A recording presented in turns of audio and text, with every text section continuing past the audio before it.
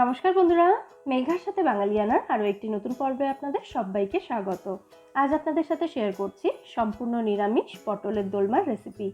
পটলের দোলমা আমরা অনেক রকমের পুর দিয়ে তৈরি করে থাকি। আজকের এই পটলের দোলমা আমি সয়াবিনের পুর দিয়ে তৈরি করে দেখাচ্ছি। এটা খেতে অসাধারণ টেস্টি হয়, গরম ভাতের সাথে কিন্তু জাস্ট জমে যাবে। অবশ্যই ট্রাই করবেন, ভীষণ সহজ একটা রেসিপি। প্রথমে আমাদের সয়াবিনটা সেদ্ধ করে নিতে হবে। তার জন্য একটা কড়াইতে আমি 1 কাপ মতো জল গরম করতে দিয়েছি। জলটা গরম হয়ে গেছে দেখুন। এবার এর মধ্যে আমি 1/2 চা চামচ মতো নুন দিয়ে দিলাম। এবার এই জলের মধ্যে সয়াবিনটা দিয়ে দিচ্ছি। আমি এখানে 1 কাপেরও কম পরিমাণে সয়াবিন ব্যবহার করেছি, আর এটা ফরচুনের সয়াবিন আমি নিয়েছি এখানে। সয়াবিনটা মিডিয়াম ফ্লেমে 4 থেকে 5 মিনিট মতো আমাদের সেদ্ধ করে নিতে হবে। 4-5 মিনিট সেদ্ধ করার পর দেখুন সয়াবিনটা এরকম ফুলে ডাবল হয়ে গেছে, মানে অনেকটাই বড় হয়ে গেছে এবং একদম সফট হয়ে গেছে। তো এটাকে আমি নামিয়ে ঠান্ডা জলে ধুয়ে নিয়েছি, মানে রুম টেম্পারেচারের জল দিয়ে ভালো করে সয়াবিনটা ধুয়ে নিয়েছি। এবার এই জল থেকে তুলে হাত দিয়ে এরকম চেপে সয়াবিন থেকে এক্সট্রা জলটা পুরোটাই বের করে দিতে হবে। সমস্ত সয়াবিনগুলো একই রকমভাবে আমি হাত দিয়ে চেপে জল বের করে একটা মিক্সার জারের মধ্যে দিচ্ছি। এই সয়াবিনের একটা মিহি পেস্ট আমাদের তৈরি করে নিতে হবে, মানে সয়াবিনটা একদম মিহি করে বেটে নিতে হবে। দেখুন ঠিক এই রকম মিহি হবে বাটাটা। এই সয়াবিন বাটাটা আমি একটা সাইডে সরিয়ে রাখছি এবং পটলের দোলমার পটলটা রেডি করে নিচ্ছি। আমি এখানে 6টা বড় সাইজের পটল নিয়েছি। এটা মোটামুটি 300 গ্রাম মতো ওজন হবে। পটলের স্কিনটা চেঁচে নিয়েছি, যেরকম পটল ভাজা করার সময় স্কিনটা চেঁচে নিই সেরকম চেঁচে নিয়ে দুটো মুখ আমি কেটে বাদ দিয়ে ভালো করে ধুয়ে পটলগুলো এখানে রেখেছি। এবার এই পটলের ভেতর থেকে দানা এবং শাঁসটা আমাদের বের করে নিতে হবে। তার জন্য একটা চামচ নিয়ে চামচের হাতলটা এইভাবে পটলের মধ্যে ঢুকিয়ে ঘুরিয়ে ঘুরিয়ে বাইরের দিকে টানলেই দেখবেন খুব সহজেই কিন্তু পটলের শাঁসটা ভেতর থেকে বেরিয়ে আসবে। কাজটা খুব ইজি, কিন্তু জাস্ট এভাবে একটু ঘোরালেই দেখবেন সমস্ত শাঁসটা ভেতর থেকে আলগা হয়ে যাচ্ছে। তারপরে একটু টান দিলেই কিন্তু এটা বাইরে বেরিয়ে আসবে। দেখুন খুব ভালোভাবে আমি পটলের ভেতর থেকে শাঁসটা বের করে নিয়েছি। এবার এই শাঁসের মধ্যে যে দানাগুলো রয়েছে সেই দানাগুলোকে আলাদা করে নেব।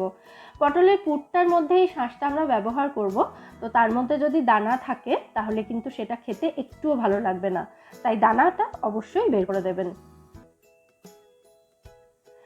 একই রকমভাবে সমস্ত পটলের ভেতর থেকে শাঁসটা বের করে দানা আমি এখানে আলাদা করে নিয়েছি। দেখুন এবার পটলের দোলমার পুরটা তৈরি করে নেব। পুরটা তৈরি করার জন্য একটা কড়াই গরম করে তার মধ্যে আমি 1 টেবিল চামচ মতো সর্ষের তেল দিয়ে দিলাম। তেলটা গরম হয়ে গেলে ওর মধ্যে 1/4 চা চামচ মতো হিং আর 1/4 চা চামচ মতো গোটা জিরে দিয়ে দিলাম। জিরের কালারটা একটু ব্রাউন হয়ে যাওয়া পর্যন্ত ফোড়নটাকে ভেজে নিতে হবে, আর আপনারা চাইলে হিংটা এখানে স্কিপও করতে পারেন। এবার এর মধ্যে দিয়ে দিলাম 1 চা চামচ মতো আদা কাঁচা লঙ্কা বাটা, 1/2 ইঞ্চ মতো একটা আদার টুকরো এবং একটা কাঁচা লঙ্কা আমি এখানে বেটে দিয়েছি। এর সাথেই সয়াবিন বাটাটাও একদিকে দিয়ে দিয়েছি, আর আরেক দিকে আমি দিয়ে দিচ্ছি পটলের শাঁসটা, যেটা থেকে আমি দানা বের করে রেখেছিলাম সেই দানা বের করা শাঁসটা এখানে আমি দিয়েছি। পটলের শাঁস এবং আদা কাঁচা লঙ্কা এগুলো যেহেতু কাঁচা, সেই জন্য এগুলোকে আমি আগে একটু নাড়াচাড়া করে নিয়ে তারপর এর মধ্যে আমি সয়াবিন বাটাটা মেশাবো। তার আগে আমি কিছু মশলাও দিয়ে দিচ্ছি। এখানে দিয়ে দিচ্ছি ভাজা মশলা গুঁড়ো 1 চা চামচ।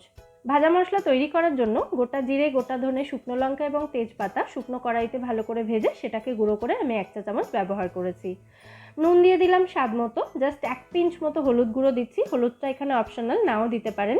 তারপর সমস্ত মশলা ভালো করে মিশিয়ে নিয়ে এবার সয়াবিন বাটাটা এই সমস্ত উপকরণের সঙ্গে মিশিয়ে নেব। ততক্ষণে আমি সয়াবিন বাটাটা আগেই দিয়ে রেখেছিলাম এই কারণে যাতে একটা পাশে থেকে ওটা একটু ভাজা হয়ে যেতে পারে। এবার এই সমস্ত উপকরণ একসাথে মিশিয়ে এটাকে ভালো করে ভেজে নিতে হবে যতক্ষণ না এই পুরটা একদম শুকিয়ে যাচ্ছে। এখনও দেখুন এর মধ্যে একটা মাখা মাখা ব্যাপার রয়েছে, তো এই ব্যাপারটা একদমই কমে গিয়ে যাতে একদম শুকিয়ে যায় সেরকমভাবে পুরটাকে ভেজে নিতে হবে। দিয়ে দিচ্ছি এর মধ্যে 1 মুঠো মতো কুচিয়ে রাখা কিশমিশ। একটা কিশমিশকে আমি 2-3 টুকরো করে কেটে নিয়েছি। আমি এই পুরের মধ্যে কোনো রকম মিষ্টি ব্যবহার করছি না, তার বদলে এখানে আমি কিশমিশ ব্যবহার করছি। কিশমিশগুলো খাওয়ার সময় মুখে পড়লে দুর্দান্ত খেতে লাগবে, একটু মিষ্টি মিষ্টিও লাগবে, সেই জন্য আলাদা করে মিষ্টি দিতে হবে না। ভালো করে এটাকে মিশিয়ে নিয়েছি। সবশেষে দিয়ে দিচ্ছি এর মধ্যে জাস্ট 1 পিঞ্চ মতো গরম মশলা গুঁড়ো। আবার ভালো করে মিশিয়ে নিলেই আমাদের পুর এখানে একদম রেডি হয়ে যাবে।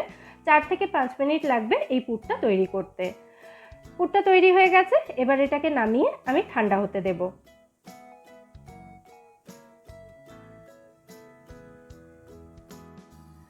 পুরটা যতক্ষণে একটু ঠান্ডা হচ্ছে ততক্ষণে আমি গ্রেভির জন্য একটা মশলার মিশ্রণ এখানে তৈরি করে নেব। তার জন্য 3 টেবিল চামচ টক দই আমি একটা মিক্সার জারে রেখেছি। এর মধ্যে দিয়ে দিচ্ছি 1 টেবিল চামচ আদা কাঁচা লঙ্কা বাটা, 1 ইঞ্চ মতো আদা এবং 3টে কাঁচা লঙ্কা আমি একসাথে বেটে এখানে দিয়েছি। হাফ চা চামচ মতো হলুদ গুঁড়ো দিচ্ছি, স্বাদ মতো লঙ্কা গুঁড়ো দিচ্ছি এবং দিচ্ছি 1 চা চামচ মতো জিরে গুঁড়ো। আমি এই গ্রেভির মধ্যেও ব্যবহার করব কিছুটা কিশমিশ। এখানে 1 মুঠো মতো কিশমিশ আমি দিয়ে দিলাম। কিশমিশটা চাইলে আপনারা মশলা কষানোর সময়ও দিতে পারেন। আমি এই মশলাটা ব্লেন্ড করার সময় কিশমিশটা দিলাম, তাতে কিশমিশটা আধবাটা টাইপের হয়ে যাবে, এতে গ্রেভির টেস্ট খুব ভালো হবে।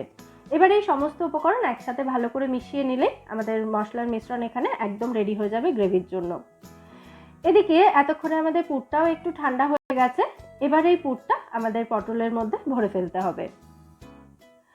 তবে পুরটা ভরার সময় খেয়াল রাখবেন, একদম চেপে চেপে বা ঠেসে ঠেসে পুরটা পটলের মধ্যে ভরবেন না, তাহলে কিন্তু এই পটলগুলো ভাজার সময় পটলের ভেতর থেকে পুর বেরিয়ে আসবে। আর এই পুরটা কিন্তু একদম পটলের মুখ পর্যন্ত ভরা যাবে না। আমি দেখিয়ে দিচ্ছি, দেখুন একটুখানি জায়গা কিন্তু রেখে দিতে হবে, ঠিক যেমন দেখতে পাচ্ছেন ভিডিওতে, ঠিক সেই রকম একটুখানি জায়গা খালি রেখে কিন্তু বাকি অংশটা পটলের মধ্যে এই পুরটা ভরতে হবে। একদম যদি মুখ পর্যন্ত এই পুরটা ভরে দেন তাহলে ভাজার সময় কিন্তু পুরটা বেরিয়ে আসবে। এইভাবে সমস্ত পটলের মধ্যে আমি পুরটা এখানে ভরে নিয়েছি। এবার এই পটলগুলো ভেজে নেব। আমি যে কড়াইতে পুরটা তৈরি করেছিলাম সেই কড়াইতেই 1 টেবিল চামচ সরষের তেল দিয়ে দিলাম পটলগুলো ভাজার জন্য। তেলটা ভালো করে গরম হয়ে গেলে ওর মধ্যে পটলগুলো দিয়ে ভালো করে ভেজে তুলে নিতে হবে। আর পটল ভাজার জন্য খুব বেশি তেল এখানে ব্যবহার না করাই ভালো, কারণ অনেক সময় দেখা যায় পটল ভাজার পর তেলটা একদম পুড়ে যায়। তো এই তেলটা মানে পোড়া তেলটা স্বাস্থ্যকরও হয় না, খাওয়া ঠিক নয়। আর ওই তেলে যদি গ্রেভি তৈরি করা হয়, গ্রেভির স্বাদ এবং কালার দুটোই কিন্তু নষ্ট হয়ে যায়। পটলগুলো আমি মিডিয়াম ফ্লেমে রেখে ভালো করে ভেজে নিয়েছি। আর প্রত্যেকটা পটল আপনারা খেয়াল করলেই দেখতে পাবেন পটলের ভেতরে পুরগুলো কিন্তু একদম মুখের কাছে চলে এসেছে। এই জন্যই আমি বলেছিলাম পটলের পুরো মুখ পর্যন্ত পুরগুলো না ভরতে, একটুখানি জায়গা রাখতে। পুরো মুখ পর্যন্ত ভরা হলে পটলের ভেতর থেকে কিন্তু ভাজার সময় পুরগুলো বেরিয়ে আসে। পটলগুলো ভাজা হয়ে যাওয়ার পর আমি ওগুলো তুলে নিয়ে বাকি তেলটা আমি কড়াই থেকে ফেলে দিয়েছি। আর এই কড়াইতে আমি এখানে আরও 1 টেবিল চামচ মতো সর্ষের তেল দিয়ে দিলাম গ্রেভি তৈরির জন্য। এই তেলটা ভালো করে গরম হয়ে যাওয়ার পর এর মধ্যে আমি ফোড়নের জন্য দিয়ে দিচ্ছি একটা তেজপাতা এবং গোটা গরম মশলা। গোটা গরম মশলার মধ্যে 1 টুকরো দারচিনি, 2টো ছোটো এলাচ এবং 2টো লবঙ্গ নিয়েছি। ছোটো এলাচের মুখগুলো কিন্তু অবশ্যই ফাটিয়ে দেবেন। 20 থেকে 25 সেকেন্ড মতো এই ফোড়নটাকে ভেজে নেওয়ার পর যখন গোটা গরম মশলার মিষ্টি গন্ধ বেরোতে শুরু হয়েছিল তখন আমি এর মধ্যে দিয়ে দিয়েছি মশলার মিশ্রণটা। দই, আদা, কাঁচা লঙ্কা বাটা দিয়ে যে মশলার মিশ্রণটা তৈরি করেছিলাম সেই মশলার মিশ্রণটা দিয়েছি। মশলাটা দেওয়ার পর কিছুক্ষণ নাড়াচাড়া করার পর দেখুন মশলাটা একটু শুকিয়ে এসেছে। তো এবার আমি মশলার জারটা ধুয়ে সামান্য একটু জল এখানে দিয়ে দিলাম। এবার এই মশলাটাকে কষিয়ে নিতে হবে 5 থেকে 6 মিনিট মতো, গ্যাসের ফ্লেমটা লো রেখে এবং কড়াইটাকে ঢাকা দিয়ে দিয়ে। প্রায় 5 মিনিট এটাকে আমি কষিয়ে নিয়েছি। এবার ঢাকনা খুলে নিচ্ছি। মশলাটা খুব ভালো করে কষানো হয়ে গেছে। এখানে একটা জরুরি কথা আমি বলে দিই, এই মশলার মিশ্রণ তৈরিতে প্রথমে আমরা যখন দই ব্যবহার করেছিলাম খেয়াল রাখতে হবে দইটা যেন ফ্রিজ থেকে বের করে ডাইরেক্ট ব্যবহার না করা হয়। দইটা প্রথমে বাইরে রেখে দিতে হবে কিছুক্ষণ, রুম টেম্পারেচারে চলে আসার পর দইটা ব্যবহার করতে হবে। তা না হলে কিন্তু মশলা তেলের ওপর দেওয়ার পরই দইটা কেটে যাওয়ার চান্স থাকে। এবার এই মশলার মধ্যে আমি দিয়ে দিচ্ছি কাজু বাদাম বাটা। 8টা গোটা কাজু বাদাম আমি এখানে বেটে ব্যবহার করছি। কাজু বাটাটা দেওয়ার পরই দেখুন মশলাটা আগের থেকে অনেকটাই ঘন হয়ে গেছে।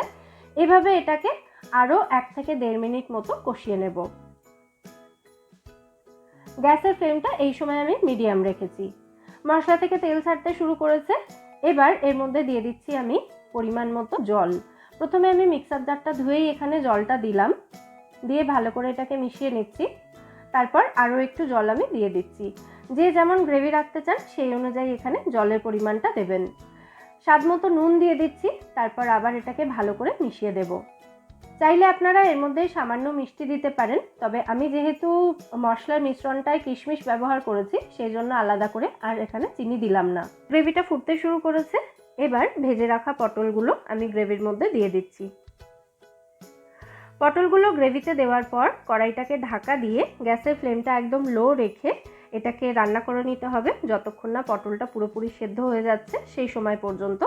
মোটামুটি 10 মিনিট মতো রাখলেই দেখবেন পটলগুলো খুব ভালো মতো সেদ্ধ হয়ে যাবে। তবে গ্যাসের ফ্লেমটা কিন্তু একদম লোতে রাখবেন। আর গ্রেভির মধ্যে দেওয়ার পর এই পটলগুলো থেকে পুর বেরিয়ে আসার কিন্তু আর কোনো চান্স নেই। দেখুন আমি একটা পটল দেখিয়ে দিচ্ছি এখানে। তাই একদম হাবুডুবু খেতে থাকা গ্রেভির মধ্যে পটলগুলো দিয়ে নিশ্চিন্তে এটাকে রান্না করতে পারেন, পুর কিন্তু বেরোবে না। পুর বেরোলে গ্রেভি অনেক ঘন হয়ে যেত, সেটা দেখে বোঝাই যাচ্ছে যে পুর একটুও বেরোয়নি পটলের ভেতর থেকে। পটলগুলো ভালো মতো সেদ্ধ হয়ে গেছে। এবার আমি এর মধ্যে দিয়ে দিচ্ছি 1/2 চা চামচ মতো গরম মশলা গুঁড়ো আর 1/2 চা চামচ মতো ঘি। ঘি এবং গরম মশলাটা আবার গ্রেভির সাথে খুব ভালো করে মিশিয়ে দিচ্ছি।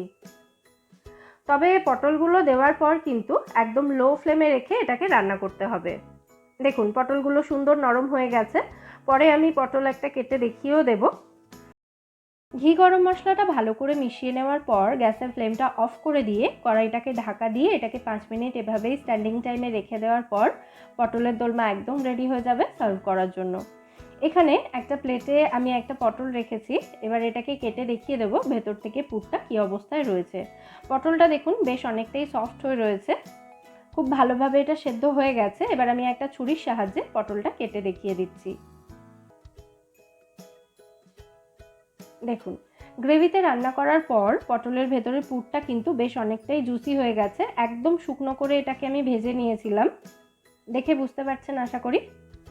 খেতে কিন্তু অসাধারণ টেস্টি হয়। অবশ্যই ট্রাই করবেন এই সয়াবিনের পুর দেওয়া পটলের দোলমা এবং আমায় জানাবেন রেসিপিটা আপনাদের কেমন লাগলো।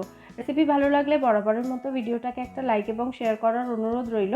আর আপনি যদি আমার চ্যানেলে নতুন দর্শক বন্ধু হয়ে থাকেন অথবা চ্যানেলটা এখনও সাবস্ক্রাইব না করে থাকেন তাহলে সাবস্ক্রাইব করারও অনুরোধ রইল।